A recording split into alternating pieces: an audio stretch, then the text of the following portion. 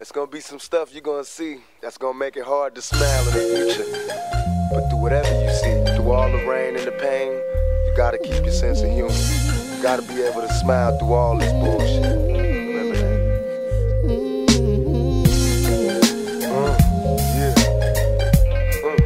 Keep your head up. Yeah.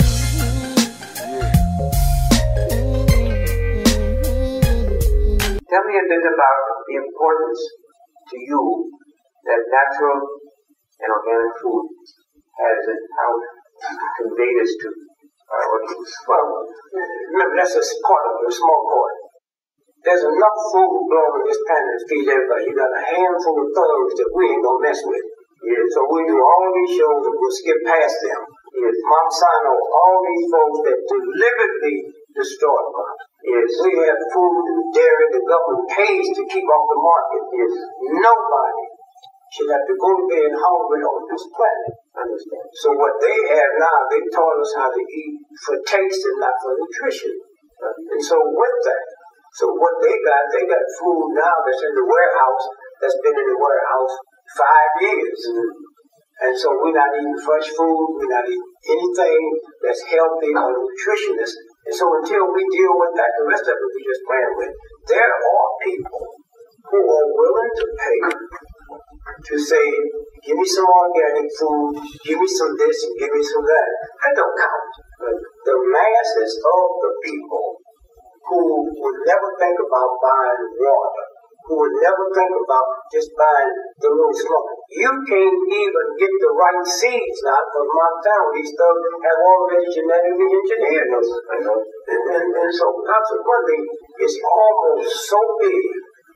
But money is not power, education is not power, information is power. So what you're doing here is putting information out. So this segment of people that you feel, they almost don't count. These are people that want to eat something good, that want to feel good, but the billions of people that go to bed hungry every night, food shouldn't even be an option, And then the advertiser teach poor folks, you're supposed to eat this, you're supposed to eat that. All you need is one thing. You can eat carrots today. You can eat beans tomorrow. You can eat beans the next day. And you can survive. You can survive. Something happened here in California maybe 20, 50, 30 years ago. The doctors went on strike. Oh, yes. And they stayed on strike for a year and found out more folks died that year than ever before. They hurried up and came off strike. And so there's just the myth that we have. What we put in children's food in schools, the chemicals in the air. Here's what we need to do.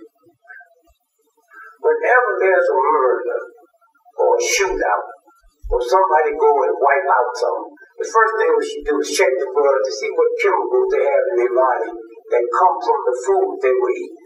Okay, see, you hear old folks now say, well, when we were their age, you didn't have additives in your food. For instance, the number one cause of cancer, the number one cancer group in America, they're vegetarians, comes from soybean. They won't have a debate about is soybean good or soybean. There is no debate.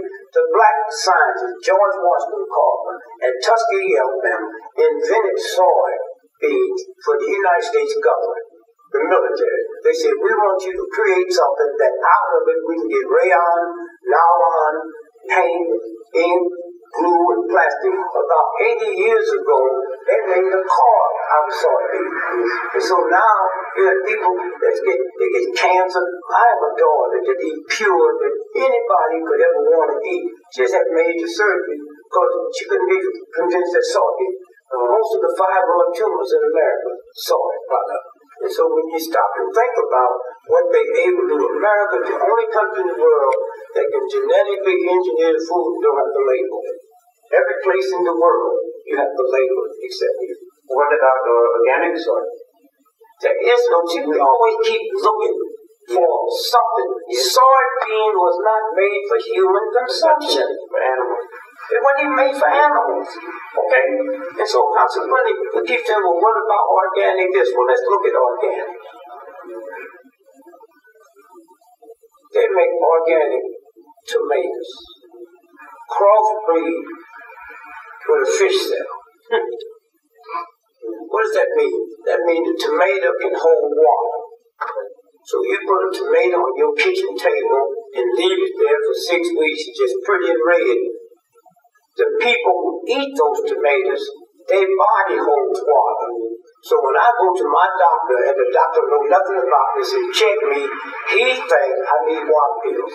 He thinks I'm having a problem with something malfunction. They do this for all kinds of, for instance, on solar power, there's an expiration date. Once it passed that date, those chemicals turn into a mild poison. They wouldn't kill you. They got a case in federal court now in northern Dallas where they found out Coca-Cola was taking the expired soda pops out the white community, taking them to this warehouse, redating them and putting them in the black community. Now, are the pharmaceutical companies doing the same thing? But is Coca-Cola the only one in the Fortune 500 that's ornery, vicious, and ungodly? They all doing it. And so consequently, even when you talk about if you and I grew 10,000 acres of grain and decided we're going to give it to starving nations, we can't, because that grain is licensed. It's just like if Stevie wanted to do a song, you can't use it without his permission. That's where they are. That's where they are today. And so they do anything they want to do. So they give us what they want, not what we want. But they give us what we take. Yeah, we take it. And we've been taking it for long to rise up and act against it. Somebody said something. So they're trying to get legislation now that if you even hint that somebody's doing something wrong to the food, that's a felony. Right. That's about to get through. I can't think of the number that's on it. That's about to be pushed through now. Right, but that's also manipulated also by the companies. Sure. But there'll be some of them that do more negotiate. So is there any food, one food you could recommend, or two foods that perhaps would have maybe more an ideal food, a well-balanced food, having nutrients, but made it perhaps organic? Something that you might think would be a good... Well, you see, one day soon we're going to have to stop talking about that and talk about the seeds. Who controls the seeds? Yes. If you was a farmer in this country, if you don't buy those genetically engineered seeds, you can't get your farm right. No, I know, because then they're... Okay, so they got you boxed in so everywhere. So we want to make it sound simple and say, what can we do with children? I'm not interested in children. If the old folks rise up and say you're not going to do it, the children are safe. Like that, and so this is again, you can see this Desanti water that's made by Coca-Cola. One day this week, pull up on your computer, the largest fine in the history of Europe was against Coca-Cola because they found out that the Desanti water is nothing but tap water purified with arsenic and benzene. Yes. Okay. And so you go here, you come in this hotel, there's no water sold in this hotel but the Desanti water. Well, they had that type of power. We might have almost let them go too far. How do you pull it back in? You got to do it. You got to have enough people with the courage to do it. But the school lunch program, these are just big bunch of conglomerate thugs that put it in there, and it's not going to be a walk in the park. Look, if you wanted to change something, you organize a group and you call for a boycott of prisons. Now here's what I mean. In America, 82% of all retail takes place through Thanksgiving and Christmas. You got companies stay in business all year and lose now. Once you threaten to do that, then they'll go ahead and change the law. Why do the turkey industry have to suffer? Because these folks are not going to do that, these folks are not going to do that. That's what you have to do. And you got to sit down and you got to plan it and you got to really look into it and feel it, because what they're able to do now and get away with. So I'll give you an example. If you took your camera and went across the country into the black community, now the one thing everybody have to do, because the economy, I got to eat. Okay? I don't have to pay the hospital, I have to pay the car note, I don't have to pay no, I have to eat. Then why are the major supermarkets leaving the inner city If people got to eat, why are you running? Because now they're being replaced with convenience store. Go to a convenience store and see if you see an apple, orange, a peach, or onion, or a carrot. That's what. So now, if I go to a convenience store in the black community, there's nothing there but chips and salty food and all kinds of sweet stuff. Sweet okay? junk. But that junk tastes good. It tastes good, but it doesn't do any good. No. The more oppressed I am, the more sweetness in my life. I don't know its rights, I think it's taste. And so consequently what I'm saying is, how long will it take before they can keep putting that in and people take it? Another thing, listen. Well, the behavior, they see the behavior. Yeah. They're not realizing it's the behavior of the children and the adults and the Let me say parents. just maybe one more question. Let me say this. We found out now that a woman or a man that smokes cigarettes, the baby that's created will be affected. We didn't know that before. We also found out now that a pregnant woman, okay, that's around smoke, the baby's affected. So anytime you go to these punk motherfuckers who like marijuana, you can't convince them that a cigarette will mess up a newborn baby while it's in the mother's womb. What do you think marijuana will do? That's what you got the problem with. You got all these folks over here that think this is a right. Sure it is. But what about the baby? And if we dumb enough to believe that a cigarette, me smoking a cigarette, and my wife get pregnant, the DNA I pass on, you think it's not going to happen with all the drugs and all of this and all that? So you got this whole group of everybody that sit around and think, because they want you to believe that. And once they can make you believe that, they can knock off anybody they want. I sit around. I'm getting ready to leave and go to Europe for a big peace rally.